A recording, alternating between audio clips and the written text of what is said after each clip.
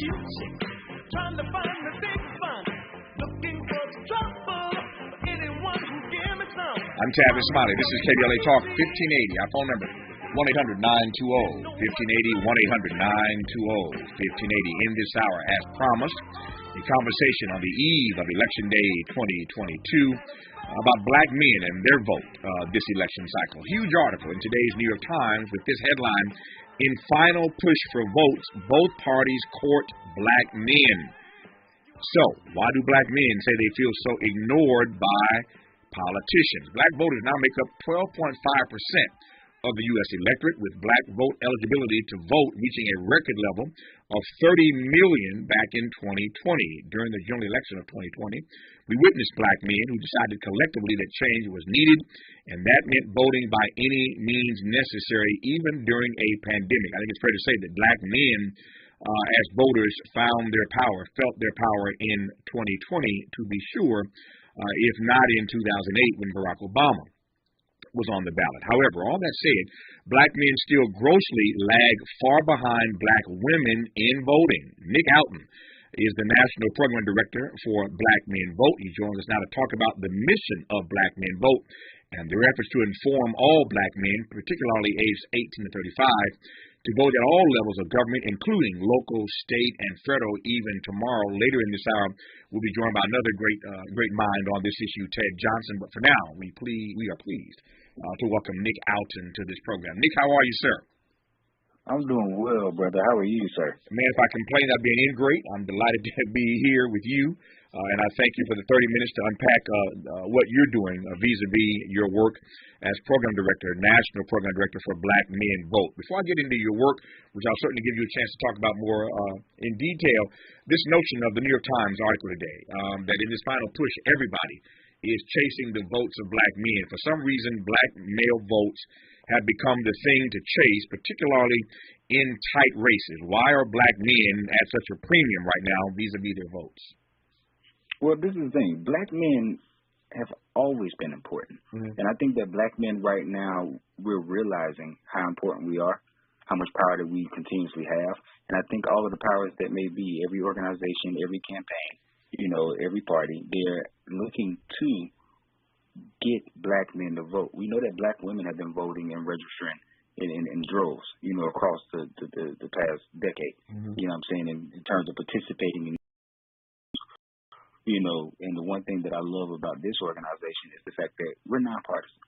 Mm-hmm. We engage with black men across the country year round.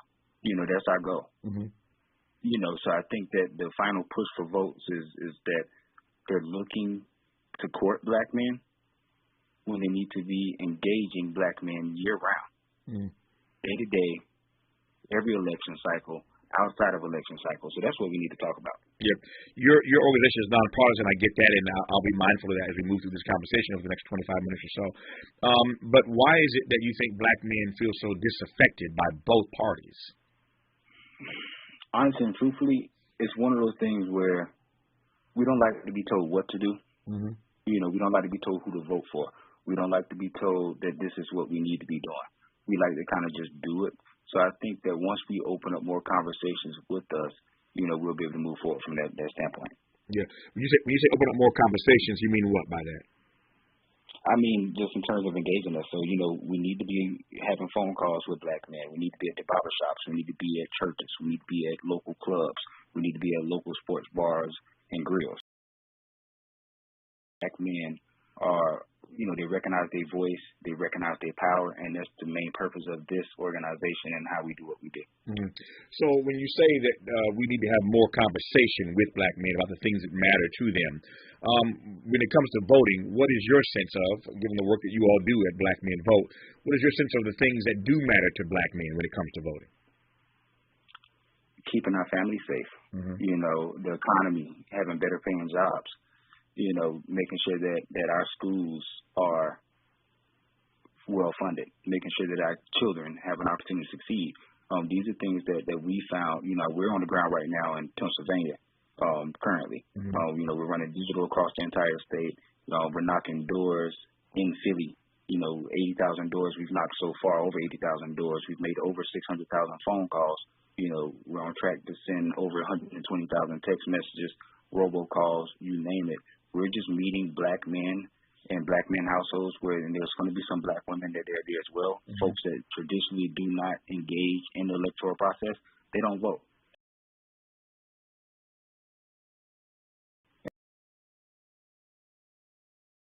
And making sure that they realize how powerful their vote truly is. Yep. And getting them out to participate. Given that black women vote, as we said earlier, at higher levels than black men, what impact do black women have on the black men in their circles getting out to vote? Do they have a role in this?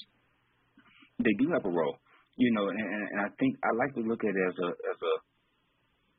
it's two sides of the same sword. Mm-hmm. Black men and black women, we go hand in hand. Mm-hmm. Black men have to support the black women. Black women have to support the black men. So at the end of the day, when we look at this, black women has been doing their part. So for me, it's just black men, we got to step up and participate. We got to think about our mother. We got to think about our sister. We have to think about our children. We have to think about our daughters. We have to think about our sons. And we just have to make sure that we're, realizing how much power we truly have with our voice and with our vote. As you heard Nick Oughton say earlier, his organization, Black Men Vote, is nonpartisan. He's the national program director for Black Men Vote. But you also heard him say that they're on the ground right now in Pennsylvania. As you know, the keystone state of Pennsylvania is key in tomorrow's elections. There's a huge governor's race there, which seems to be going Democratic. I think that's going to be a foregone conclusion. But this Senate race between John Fetterman and Dr. Dr. Mehmet Oz, we call him Dr. Oz, that Senate race in Pennsylvania is key to who controls the Senate, which is right now divided, as you all know, 50-50. So this is a key race in Pennsylvania, again, about who will control the U.S. Senate. So black men vote on the ground in a nonpartisan way in the keystone state of Pennsylvania. When we come forward, I want to ask Nick Oughton what role he expects that black men will have in this particular race in this state. Again, that is key to who controls the U.S. Senate in the days ahead. That and a great deal more to put to Nick Oughton of Black Men Vote when we come forward on KBLA Talk 1580. Be sure to like and follow Tavis Smiley at The Real Tavis Smiley and get Twitter updates at Tavis Smiley. The conversation continues when we come forward. This is Congresswoman Maxine Waters. If you like, you may call me Auntie Maxine. Tuesday, November 8th is Election Day. I'm running for re-election to the 43rd District, and as chairwoman of the Financial Services Committee of the House of Representatives, I'm fighting against inflation, and I will never give up on fighting for affordable housing, for the elimination of homelessness, organized labor, good-paying jobs, education for our children, veterans, Social Security for our seniors, and student loan forgiveness. Well, we must add to that safety and security for our communities and police reform. I will never back down on improving the quality of life for everyone. I will not be stopped, and I will always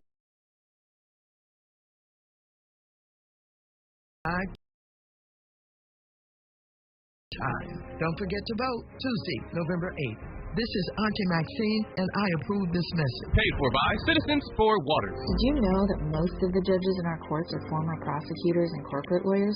This election, you can vote for community lawyers to be your local judges instead. I'm Carolyn Gian Park, and I'm running for judge of the Superior Court Office 118 in LA County. I chose a career representing working people and defending civil rights. I believe in accountability and rehabilitation. Vote for change. Vote Park for Judge, seat 118. Paid for by Park for Judge 2022 FPPC 1446510. At Target, you can shop with confidence knowing that if you spot a better Target price, we'll match it with our holiday price match guarantee. Pick up the hottest gifts of the season, holiday hosting essentials, and so much more right now. If you spot a better Target price, we'll match it on items purchased between October 6th and December 24th. Get the gifts you want at prices you love all season long with Target's holiday price match guarantee. Get price match policy details on Target.com. Some exclusions apply. Vote Heidi Feldstein Soto for LA City Attorney. Heidi is running to stop corruption at City Hall, to protect neighborhoods from crime and illegal guns, and as the first woman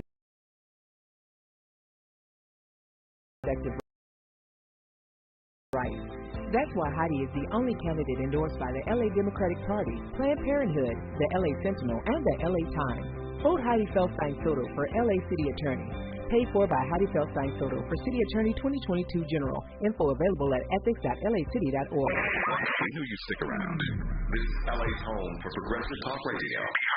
Welcome back to KBLA Talk 1580. Continue our conversation now about this huge New York Times article out today. The headline reads, "In Final Push for Votes, Both Parties Court Black Men," trying to figure out what it is about black men that make them the voting bloc that everybody's courting in the hours between now and the time that polls close tomorrow night all across the country. Why do black men say they feel so ignored by politicians? On the B side of this hour, we'll be joined by Ted Johnson, a senior director at the Brennan Center for Justice. We'll talk to him about why he feels black men, in fact, feel ignored by politicians and why he believes that black men oftentimes find Republicans more attractive. We'll talk with Ted Johnson about that on the B side of this hour.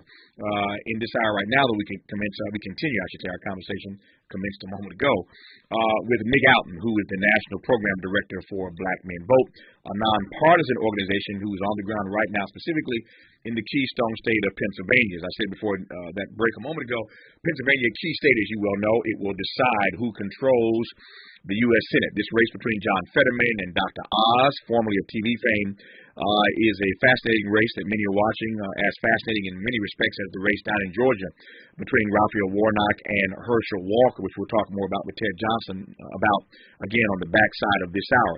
But, Nick, let me start with this. Again, nonpartisan organization, Black Men Vote, but why Pennsylvania? Why are you guys on the ground doing all you're doing in the state of Pennsylvania? Well, the initial conversations started where folks didn't think Pennsylvania would be close. But we looked at the amount of black men that were in Pennsylvania, as we did across the entire country. And we realized that Pennsylvania was going to be particularly important because engaging with black men, you know what I'm saying, it's a voter demographic that we often neglect. And the margins in recent elections have been so tight that every single vote matters, you know, from local races to state races and national races. You know what I'm saying? Black men care about many of the same issues as others. You know, we care about the safe streets. We care about the good schools. We care about economic opportunity and dignity. But we've largely been left out of the discussion. And so Black Men Vote is so unique. It's because that we're reaching out in the street with credible messengers, and our message is so strong in making sure that our voice is heard and that we put power back into our voice through our votes. You know, so that's how we look at it. And, you know, other folks, you know, traditionally, you know, you said that I think Republicans and Democrats are both seeing how important the black male vote is because they've left us out of the discussion. Yeah. You know, so Black Men Vote tries to make sure that we keep the discussion had with our black men and making sure that we're a part of the table. Yep. We're a part of that discussion. Let me ask why the old adage goes, as you well know, that if you're not at the table, you're probably on the menu. I love that line. If you're not at the table, you're probably on the menu. I found that to be true in my career. Trust and believe. You got to be at the table. Yes, sir. And sometimes you got to build your own table. So that's a whole other conversation for another time. But let me ask you why, to your point, you believe that black men who feel, again, ignored by both parties, why do you think they have to use your phrase, Nick Oughton, been left out of the conversation? Is that a malign neglect? Is that unintentional? Why have black men, to your mind, been left out of the conversation? So the way I look at it is that traditionally when you think about parties and you think about campaigns, you know, campaigns like to use the word target. I use the word engage. Okay. They typically engage with folks that usually vote. You know what I'm saying? When you look at the local elections, who votes in those mayor's races? Who votes in those school board races? Who votes in those county council races? You know, and those are the folks that they go after. You know what I'm saying? Those are the folks that traditionally vote. So that's where they're going to spend their dollars at. That's where they're going to spend their time and resources. So, you know, when it comes to black men, you know, if we're not voting in those races, we've gotten left out. You know, so that's why we have to remember how powerful our voice and our vote is. You know, like we're launching a Strength in Numbers initiative where we're trying to engage with and plan to register 1 million black men across this country to vote by 2024. You know, so because we want to make sure that black men are getting registered to vote, we want to make sure that black men are being engaged through the process and that they are actively participating in every single election across their state, across their city, and across this country. to your point about every election, no matter what level of government it is at or on, the former Speaker of the House, Tip O'Neill, once famously said that all politics is local. All politics is local. And yet we know we vote on all kinds of levels. Local elections, as you mentioned, state elections, federal elections. Are there issues and are there elections that tend to matter, as you studied it, more to black men? In other words, are they more interested in that local stuff, the state stuff, the federal stuff? I'm just trying to get a sense of what in fact is on the ballot, or what kinds of elections pull out black men more than others. Well, honestly and truthfully, I mean, you can look across the country, and again, it's region by region, state by state, and locality by locality. Right. But traditionally, black men would typically engage more on the every 4-year cycle. You know, they'll engage in presidential elections. Of course, in those presidential elections, those off-cycle years, you know, it's not going to be much engagement. You know, there's not going to be much engagement in the special election. There's not going to be much engagement in the midterm election. But it's mainly not because of us not being interested. It's because of the fact that we don't even know that there's an election going on. You know what I'm saying? If we're not being reached, you know, by organizations or campaigns, then us as black men, we're not going to step up and do our part and participate in the process. So we're not getting reached. That is the biggest thing. You know, yes, there's a last-minute push, and, you know, everyone's talking about it. Oh, there's a last-minute push to engage black men 4 days before the election. No, now we're important. That's the last-minute savior. I take your point. I take your point. Now we're important, last-minute savior. I hear you loud and clear. Excuse me. I take your point. Let me pivot ever so gently. I want to raise this issue with Ted Johnson because he wrote a provocative piece about this recently, and I'll get Ted to comment on this on the B side of this hour, but I want to get your take on this again. You're the National Program Director for Black Men Vote. It's a nonpartisan organization. I get that, but I think this is a question that you and I can unpack before we get to Ted again later in this hour, Nick. And let me offer 2 examples of what I want to lay out here. So there are 2 dear friends of mine, good brothers. Both have been on this program. I count both again in my friend circle. Both happen to be in the music business, both well known. One named Killer Mike, one named Ice Cube. And I've talked to both of them literally in the last few days.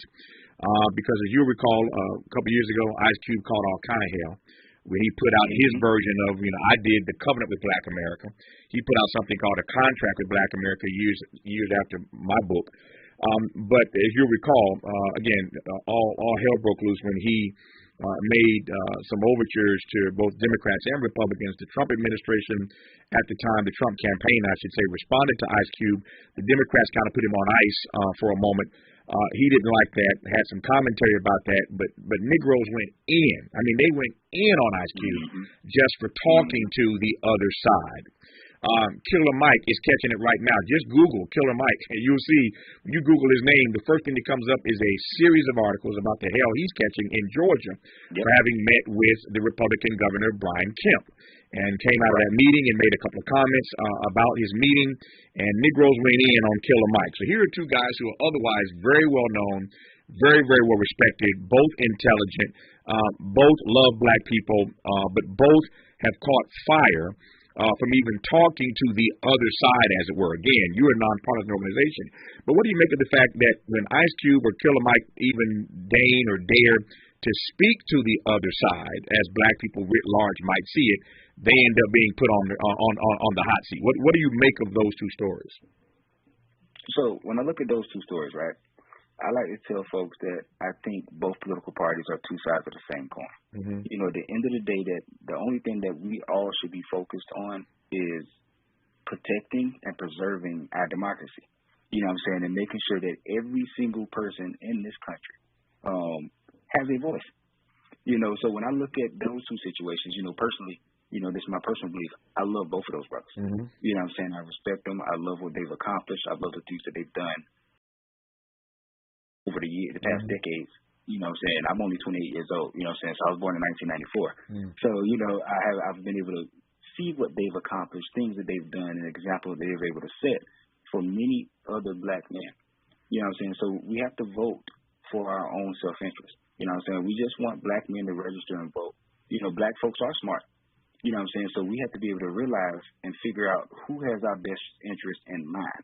And that's the only thing that we're trying to do as an organization, is just put the power back in our people and make sure that our voice is heard. Make sure that everyone is paying attention to us. You know what I'm saying? I guess I'm asking is whether or not you think I hear your response, and I appreciate that.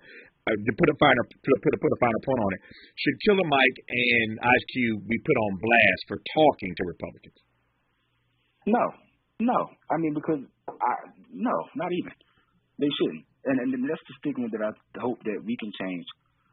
Is that you should engage and talk with anyone who is elected to represent you. Mm-hmm. You know, no matter what party or organization they're with, you have to engage with them. You know, you have to make sure that you voice your concerns. Mm-hmm. Make sure that they're listening to you. You know, this is a big part of why we're nonpartisan. You know what I'm saying? Because there's going to be some states, there's going to be some areas where you have a Republican representing you, have a Democrat representing you. You got to make sure that they hear you. Mm-hmm. You got to make sure that they pay attention to your neighborhood. Yeah. You mentioned a moment ago you're 28. I didn't know exactly what your age was. I knew you were a young brother, but now you told us you're 28. And I am curious, as a 28-year-old, what got your attention? What got you in this lane of doing this kind of work as the National Program Director for Black Men Vote? I'm just curious, what pulled you in? So, believe it or not, me and you actually got a chance to meet in 2017 when I was a student at Clemson University at the National Men of Color. Oh, yeah, I remember this. Yeah, I remember this. Yeah. Okay. You know, so we got to meet briefly that first time, so it was a complete honor because I had the most, and absolute most respect for my colleagues, Jewel Johnson. He actually spoke so highly of you, and he wanted me to make sure he said hello. Thank you. And that, you know, but my grandmother's 83 years old. She was born and raised in Mississippi, and right in a little small town called Utica. There was a time in this country where my grandmother could not vote, and she raised me. You know what I'm saying? I'm based out of Columbia, South Carolina, which is my hometown, where I'm from. And it was a proud moment for me in 2012 when the first time I was able to vote that me and my grandmother went to the polls together at the same time to vote together. So I got into this work because I look around at my community, I look around at my people, and I look at that folks are suffering. I look at governments and systems that don't care, that are not paying attention to us. And I want to make sure that we remember that we the people truly do have the power, and we get our voice out there, and we make sure that we actively participate in the electoral process year-round, day-to-day. Not just every midterm, not just every presidential cycle. I'm talking every local election, every special, everything that is a city council meeting, a county council meeting, a school board meeting, we participate. Because it's not just us, it's everybody who will suffer if we don't engage. Your grandmother's still living, correct? Yes, she's still living. 83 years old. And I heard you say 83 years. I'm just curious, what does she make of the work that you're doing now? Honestly and truthfully, the smile on her face, because she's really proud that I'm actually, she didn't think I was going to actually be able to do it, to be honest with you. She was like, you're just talking. You ain't going to do it. She said, you should put your money, she said, put your money where your mouth is. If you're really going to go out there and make an impact and change, she said, there's going to be a target on your back. But get out there and do it then, son. And I said, well, Grandma, I've never been a man to just say something. You know, so you told me that as a man, if you say something, you got to do it. So don't talk, just do. And so ever since that moment, I've been out here just trying to make sure that our people are engaged. And, you know, thankful that Black Men Voters allowed me the opportunity to help run program, you know, across the nation, specifically in Pennsylvania right now where we're doing phenomenal work, just making sure that Black men understand that they have a voice and their voice has power. We got a few seconds left here right quick of engaging this kind of work and witness. You said my joy? Yeah, what's the joy in this for you? Yeah. Honestly and truthfully, you know, seeing the smiles on my brothers and sisters' faces. You know what I'm saying? All of these young brothers across, you know, I was 18 at one point. You know what I'm saying? I was 19, I was 20, I was 24. You know what I'm saying? I'm not 30 yet, but I've experienced some different things in life. I see the different trials and the tribulations that life has to offer. Some less than others, some more than others. But the one thing that I get joy out of is just making sure that our people are empowered. You know, our people focus on the fact that we have the power to actually change our lives. We have the power to protect our lives, and that as long as we get out and vote, we'll get our voice back. So I want to make sure that our people have their voice. A voiceless people is a hopeless people. So we got to make sure that we protect that and that we encourage it. Nick Houghton, I love your get down, man. I love your get down. I love your work and witness. I love this program that you are a part of, Black Men Vote. And I'm just humbled. I say all the time that in life, and I want to repeat this, you never know what people are receiving. All you know is what you're giving. You never know what they're receiving. All you know is what you are giving. And every time I get a chance to speak to a room full of black men, I give them everything I have, the best I have. And I had no idea that I'd met Nick years ago at a speech I gave at Clemson, and that in part is behind the work that he does and the work that Jua does. Give my regard to Jua as well. But again, I'm humbled all the time when I run into people who have in some way been impacted by the work I've tried to do. And you will have the same experience years from now when you run into brothers who have been impacted by the work that you are doing as National Program Director for Black Men Vote. So thank you again for your work, Nick. Good to have you on the program, brother. All the best to you. Yes, sir. Thank you so much for the opportunity, and I appreciate everything that you've done as well as the example that you set. I appreciate you, brother. Love you for saying that. More of Tavis Smiley when we come forward after news, traffic, and sports on KBLA Talk 1580. Say the quiet part out loud. KBLA Talk 1580. I'm Mike Moore, and here's the latest from the Black Information Network. Candidates across the country are racing to shore up support going into Tuesday's midterms. More than 40 million Americans have voted early, breaking a 2018 midterm record of 39 million. President Biden will spend his last full day before the election campaigning for Democrats in Maryland. In the predominantly black-populated city of Jackson, Mississippi, an announcement has been made awarding Jackson more than $35.6 million in federal funds to continue making improvements to the city's water and sewer system. And as we'd like to do from time to time, a look back at history on this date in 1991. Los Angeles American Magic Johnson announced his retirement from basketball after testing HIV positive. And that's the latest. I'm Mike Moore from your 24/7 news source, the Black Information Network and BINnews.com. An accident wrapping up in Newhall, 14 southbound at the 5, still heavy from Via Princesa. Azusa, 210 westbound at Citrus Avenue. A minor tie-up now moving to the right with the slowdown coming off the 57. 60 westbound at Atlantic Boulevard and Monterey Park. 2 right lanes blocked with a wreck. A big rig accident there and traffic stop from San Gabriel Boulevard. In these inflationary times, you need a good value, especially when it comes to fuel. Lava Propane gives you 2 extra pounds more than other companies who short fill. You get more gas for the same cash. With the holidays coming, it's time to check propane tank levels. Visit lavapropane.com for value and location. This is the KBLA Sports Minute with Ray Richardson. More agony for the Rams. They had a 4-point lead at Tampa Bay with 44 seconds left in the game and couldn't hold it. Tom Brady threw a 1-yard touchdown pass with 9 seconds left to pull out a 16-13 win. The Rams are 3-5. They have been outscored in the fourth quarter this season, 71-10. The Chargers got a 37-yard field goal from Cameron Dicker as time ran out to clinch a 20. The Chargers are now 5-3. The Lakers are 2-7 after a home loss to Cleveland. The Clippers also lost at home yesterday. They lose by 8 to Utah. Undefeated Jackson State remains at number 5 in this week's Division I AA poll. No debates, no speculation, just the info you need. That's your KBLA Sports Minute. I'm Ray Richardson. This sports report was brought to you by MVP Accident Attorneys. When it comes to your settlement, we're a slam dunk. Call 833-MVP-WINS or check their website at themvp.com for a free case review. When you're the victim of a car accident, hiring the right law firm can be the difference between a rewarding settlement and striking out. Call the pros at MVP Accident Attorneys at 833-MVP-WINS for your free consultation. Call me your MVP. Hi, I'm Joe Gatlin, Vice President of the San Pedro Wilmington, Palos Verdes Peninsula NAACP Feed Branch. I am supporting Daniel Sandoval for the Los Angeles City Council. Tim McCoster's campaign is using bullying and intimidating tactics against local businesses and local individuals who don't support him. We need a healer, not a divider. I'm giving my full support to Daniel Sandoval for Los Angeles City Council and rescinding my endorsement for Tim McCoster. Forward by Sandoval for LA Committee ID 14500. Hi, I'm Sedarius Blaine, actor from the Jumanji movies. I started an all-inclusive luxury travel club called Top Shelf Getaways that's now visited 14 countries in the last 2 years and counting. Now, we're rolling out our local staycations so you can experience the excitement and spirit of adventure that we're known for right here in Southern California.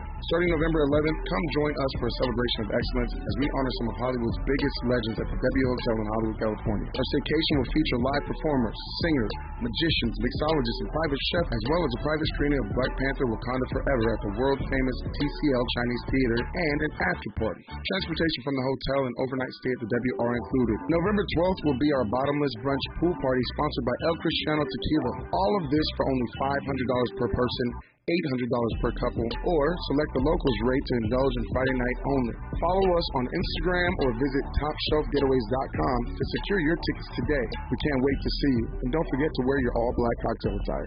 Hey, Los Angeles, this is Urban Magic Johnson. Today, our city faces a crisis of violence, homelessness, and soaring rents. And nobody is better equipped to tackle that crisis than my friend, Karen Bass.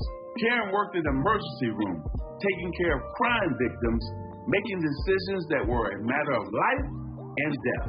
She served a financial meltdown, doing the difficult work needed to rescue our state budget and protect the programs people rely on.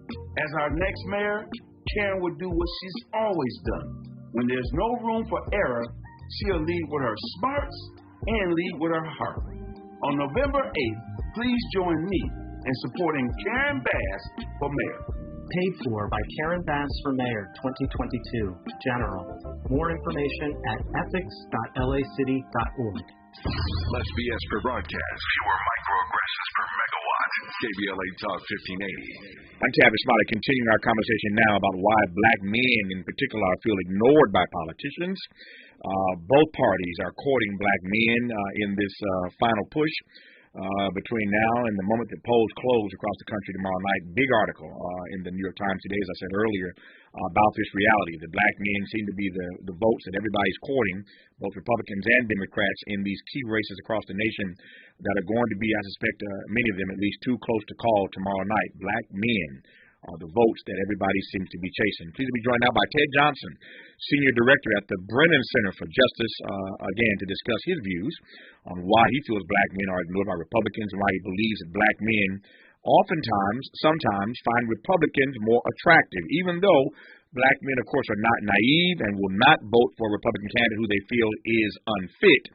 There is this rub these days about the fact that some black men look the other way. And many of these Republicans are starting to figure out if they can siphon off, if they can steal just a slice of the black male vote in races that are key and tight, they can find themselves taking a victory lap. That said, Ted Johnson, good to have you on this program, my friend. How are you, sir? I'm good. Always good to be here. Good to have you on the program. So let me just jump right in the time I have left, which is ticking away quite swiftly here.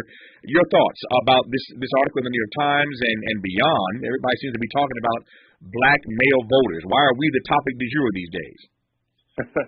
Yeah, well, I mean, somewhere along the way, folks got in their head that black men were up for grabs, as if we don't vote for Democratic candidates at a rate that is only surpassed by black women in this country. No one else has voted as consistently for Democratic congressional presidential candidates since 1964 than black men, except for black women. So what we're really talking about are the 1 in 10 black men that have traditionally voted for Republicans. The first thing is black conservatives in black America are not rare. We all know black conservatives at the barbershop, beauty salon, churches, et cetera. But black conservatives, unlike white conservatives, black conservatives still vote Democrat more times than not. So a black conservative is not a black Republican. A black Republican is a very particular kind of black voter. So here's what's happening. Leading up from 1968 to 2004, the Republican Party in its presidential elections were getting about 11-12% of the black vote on average. And when Obama ran for office in 2008, Romney only gets 6%, Trump in 2016 only gets 6%, and Trump in 2020 gets 8% of black voters. So what people have looked at is in the last 12 years, the black vote for Republican presidential candidates has doubled, and they think that that's because black men are slowly leaving the Democratic Party and voting Republican.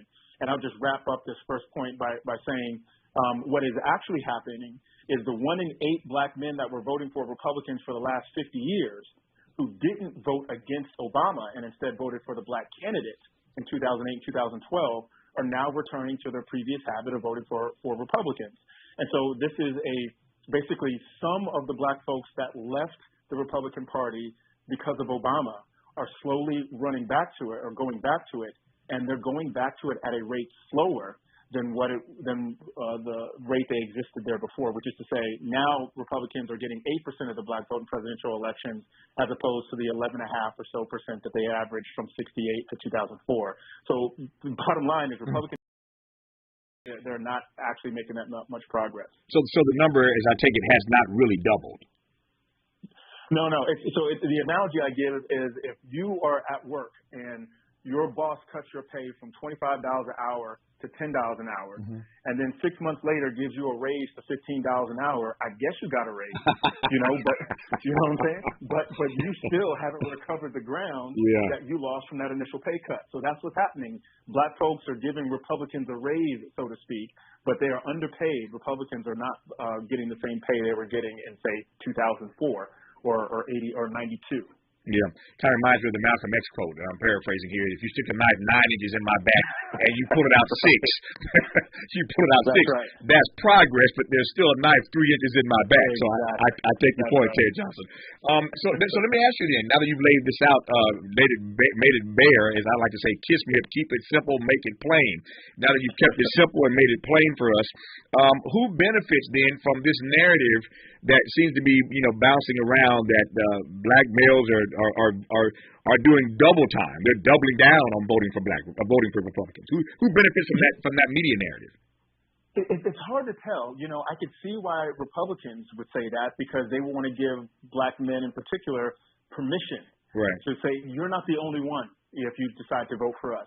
I could see why Democrats would push it because they want to say, some of the brothers are leaving and they're going to cause people that we don't want elected into office to win. So you've got to mobilize and vote Democratic in order to prevent the votes of the brothers that are leaving from undoing the life you've created. And then for black men, it's this focus on us makes it seem like we've done something wrong, like we're doing something we're not supposed to be doing by just doing what every American should want, which is to have a choice in every election. And so I don't know who it benefits, but here's what I will tell you about Republicans. They think it benefits them because, one, it provides a shield against accusations that the party is racist. If you remember, Lindsey Graham was on TV with Herschel Walker saying, people can't call us racist if we put Herschel Walker in the Senate, because why would a racist party put a black man in the Senate? So that's how they think of black men, as a some sort of protection against accusations of racism. The other thing is they think it's going to expand the tent, that they're going to attract more black voters, and they think this about Hispanic voters. But more black candidates running as Republicans in elections does not lead to more black voters supporting Republicans. So these black Republicans that are winning primaries and going into general elections are relying on white Americans to put them into office. And because of how gerrymandered our congressional districts are, if you win the primary, 90% of the time you're going to win the general election in that district. And so the Congress for Republicans is more diverse than the people that vote Republicans into Congress. And so in some ways this benefits each side a little bit differently, but ultimately black folks don't come out on top through this narrative of black men, leaving, abandoning black women, abandoning the Democratic Party, voting for Republicans. Nothing constructive comes of that in the wash. Since you mentioned Herschel Walker, in a moment I want to play a clip that I'm sure you've heard. Most everybody else has heard it, but it's always fun to play. I'm going to play the clip of Reverend Jamal Bryant at you know the one I'm talking about, the clip of Jamal Bryant at New Birth, and I want to get your take on that. And I also want to talk about Ice Cube and Killer Mike. I raised this issue earlier, Ted, about what happens when black men even dare or deign to talk to the other side. Ice Cube got in trouble for talking to the Trump administration, talking to the Trump campaign.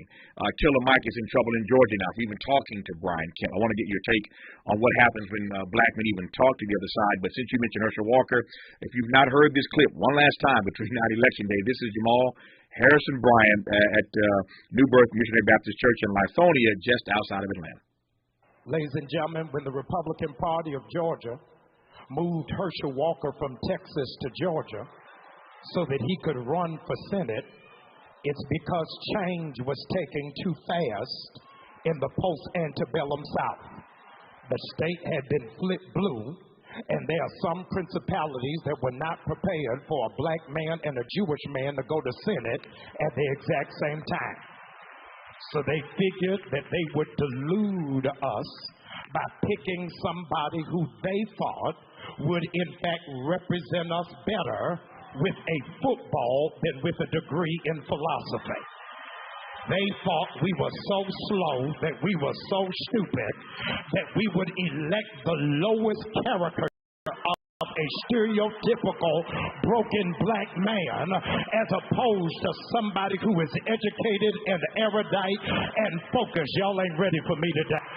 Since Herschel Walker was 16 years old, white men been telling him what to do, telling him what school to go to, where to live, where to eat, where to buy a house, where to run, where to sit down, where to sleep, where to pay for abortions, where to buy a gun. And you think they not going to tell him how to vote? In 2022, we don't need a walker, we need a runner. We need somebody who going to run and tell the truth about January 6th.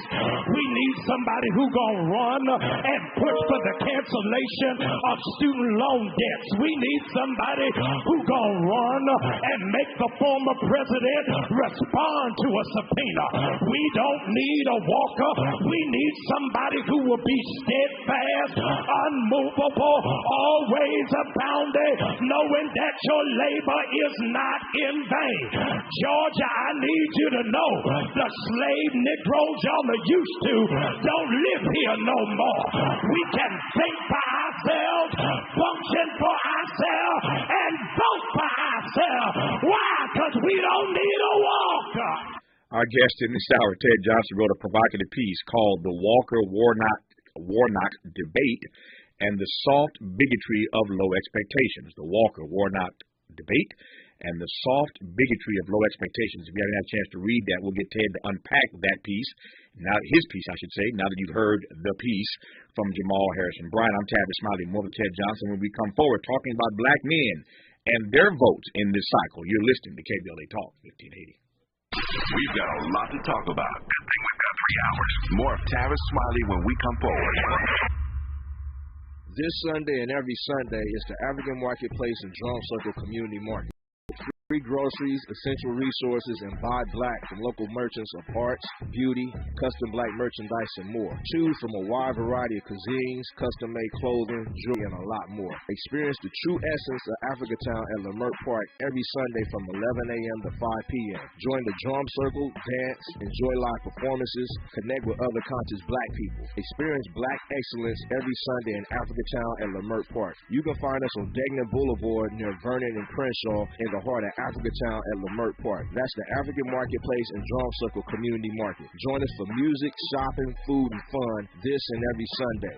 Support black businesses, recycle black dollars, and feed your soul. The African Marketplace and Drum Circle Community Market every Sunday in Africatown at Lamert Park. Brought to you by Africatown Enterprise and the African Village Vendors Association.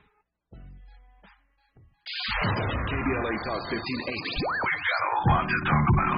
Aisha Cairo here with Dom Kennedy at JP Morgan Chase's Advancing Black Wealth Tour. They're here to promote generational wealth building in black communities. He is an independent rapper and the owner of OPM record label. Dom Kennedy, why do you find it important to be here today at this event with Chase? For me, we've been having a lot of conversations and giving me a lot of good facts and a lot of good feedback that I felt like needed to be shared, and if people heard it, they would take to the information and it would help them on their quest to be homeowners and just better off financially across the board. You know, they like my perspective, and being an artist and somebody that people knew that was born and raised in LA, people older and like bank managers could kind of be a little intimidating, I guess, to everyday people, especially that has never purchased a home. So just the angle of me being able to communicate it and make the story real I guess for the younger people was a great opportunity, and I didn't want to pass on. That's awesome. So answer me this.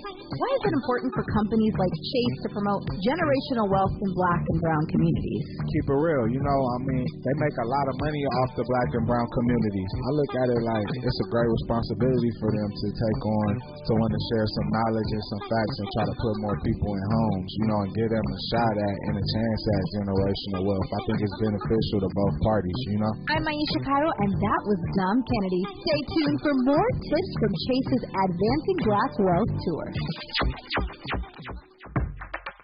Hey, California, abortion rights are literally on your ballot this year. Voting yes on Prop 1 protects your personal health care decisions by putting the fundamental right to abortion and the fundamental right to into the state constitution. So no judge, no politician, and no ban can restrict your decision-making about basic health care services. If you agree that everyone deserves the respect and dignity to make the decisions that are right for them and their families, vote yes on Prop 1 and mail back your ballot by November 8th. No stamp needed. Together with the Black Women for Wellness Action Project and the California Legislative Black Caucus, we'll demand reproductive freedom and protect abortion rights for generations to come. Vote yes on Prop 1. Ad paid for by Yes on Proposition 1, supported by healthcare organizations, Planned Parenthood affiliates of California, and Senator Tony Atkins Ballot Measure Committee. Committee major funding from Federated Indians of Greater Rancheria. Conversations that matter. You're listening to Tavis Smiley on KBLA Talk 1580. I'm Tavis Smiley, watching my time. I want to give Ted Johnson as much time as we can to unpack two things before I lose him at the top of the hour. Number one, Ted Johnson, Black men say they are feeling ignored by politicians. How is this historic Senate face-off between two black men helping or hurting that reality? Yeah, it's interesting. This reminds me of when Barack Obama was running in for the Senate, and when his Republican opponent, something happened, couldn't run anymore, they went to Maryland and got Alan Keyes, brought Alan Keyes to Illinois to run against Barack Obama, as if running a black man against a black man would nullify the black vote. White voters tend to vote. And then, of course, Keyes barely won any black votes in that election. And I think we're going to see a replay of that in Georgia. The last polling I saw, Herschel Walker had half the rate of black support as Brian Kemp. Kemp was at 11% or so of black voters. Walker was at 6%. So not only is Walker not bringing black voters over to the Republican side to make the race against Warnock more competitive, he's doing worse than Brian Kemp is doing against Stacey Abrams among black voters. So the one thing, people can say whatever they want to about black voters, but there's two things that are true. One is that we are pragmatic, and two, we don't throw good money after bad when it comes to candidates. And so this is a very savvy, strategic, intellectual black electorate in Georgia recognizing that Herschel Walker, the man, is not fit to represent the state of Georgia, much less black Georgians. So he may still win because the number of white voters in the state far outnumber the number of black voters. It's typically a Republican state. And so if Republicans show up and there's not as much enthusiasm among Democratic voters, Herschel Walker may squeak the victory out. But if that happens, it won't be because of black men and it won't be because of black voters moving over to the Herschel Walker side. It will be white voters rejecting Raphael Warnock and the Biden administration. You referenced Brian Kemp, who was the governor of Georgia, the person Stacey Abrams was running against. When they ran against each other 4 years ago, both were running for an open seat. She's now running against an incumbent governor, and the numbers not looking as good for Stacey this time around, sadly, as they did the first time. Hopefully she'll pull this out. We shall see. But Killer Mike, speaking of Brian Kemp, got put on blast for even meeting with Governor Kemp. Ice Cube got put on blast for engaging the Trump administration. What happens to your mind when black men even dare to talk to the other side, Ted? I think it's necessary. The one thing is, if you get invited to a seat at the table of the President of the United States, no matter who that person is, it is a historic occurrence for black people given the history of our country. But it's an opportunity to plead your case. It doesn't mean that you have to agree with the person. It's not co-signing on the person's character. But if you have policy asks that you believe are going to help black America, and the president invites you to discuss those things, I think it would be irresponsible not to. Now, the caveat, of course, is that if you're just being used as a photo op, as a prop for that, whether it's the governor or the president, then, that might be an opportunity to bow out. But when Trump became the nominee, the president-elect, Steve Harvey went there, Ray Lewis went there, Jim Brown went there, Kanye West went there. Lots of people went to Trump Towers to talk to the president about black people. And remember, within the first couple of months of his presidency, with the 40-something plus HBCU presidents that showed up, and people faulted them. But if you're an HBCU president, you recognize that if you don't get federal funding, your universities aren't going to last. And so the responsible thing to do is to engage people in power to fight for your preferences, to make your desires known, but to resist being seen as just a prop for a photo op that they and that's the extent of their interest in you. He's the senior director at the Brennan Center for Justice. He is Ted Johnson. Our remaining moments with him when we come forward on KBLA Talk 1580. This is KBLA Talk 1580, where we turn red lights to green lights and keep it moving. Are you tired of feeling like the legal system is unfair to certain communities? I know I am. I'm Elizabeth Lashley Haynes, and that's why I'm running for judge. I want to bring fairness and equality to the judicial bench in LA County. Vote for my wife. She won't stand for injustice in our home or in the courtroom. November 8th, vote Lashley Haynes for judge, seat 67, and vote justice for all. Paid for by Lashley Haynes for Judge 2022. Health is Wealth and Medicare and Covered California's open enrollment for medical insurance is here. RHJ Insurance Agency can help you find just right for you and your family. Call 562-204-6120 for your free quote. Don't leave your health to chance. Open enrollment is here and affordable coverage is just a phone call away. Call 562-204-6120 for your free quote and get the coverage you need. Go to www.rhjins.com. Vote Heidi Feldstein Soto for LA City Attorney. Heidi is running to stop corruption at City Hall, to protect neighborhoods from crime and illegal guns.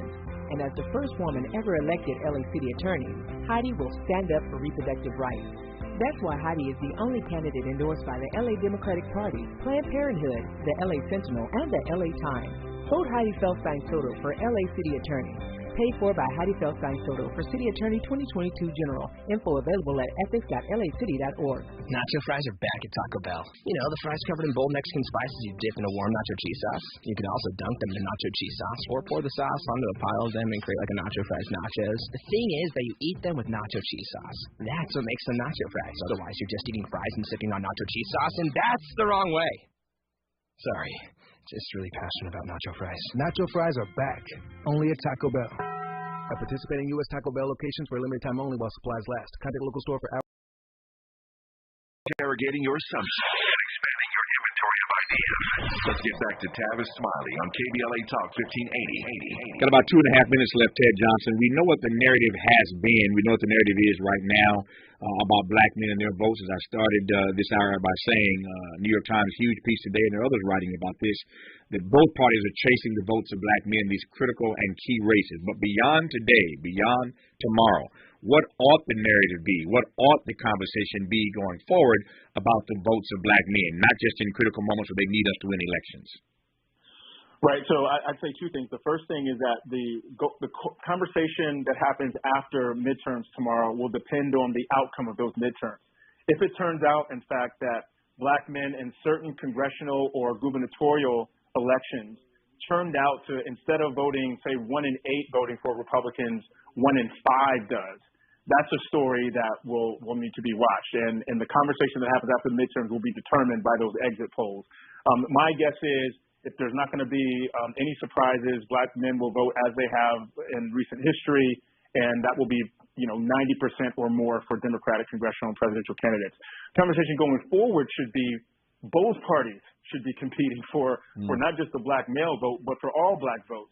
And if they were seriously trying to do this, they would spend the time between elections paying attention to the things that we want, which jobs, fair pay, better schools, voting rights protections, basic necessities in a democracy. and deliver on those things, and then black folks reward the parties that protect their civil rights with their votes. That's what history has shown since at least 1870.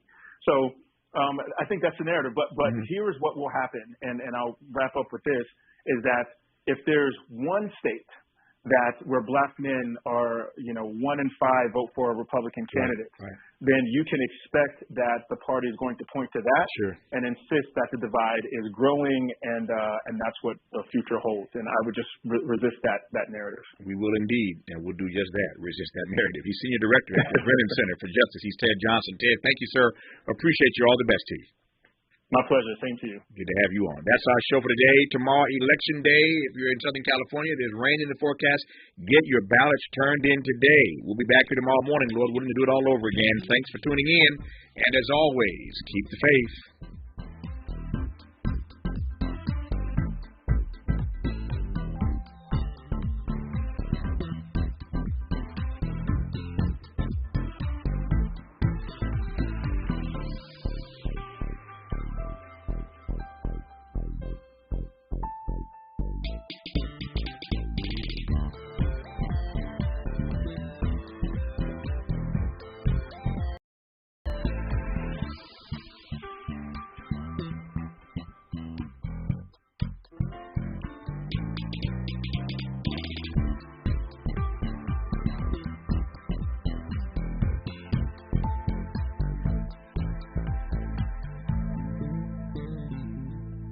KBLA 1580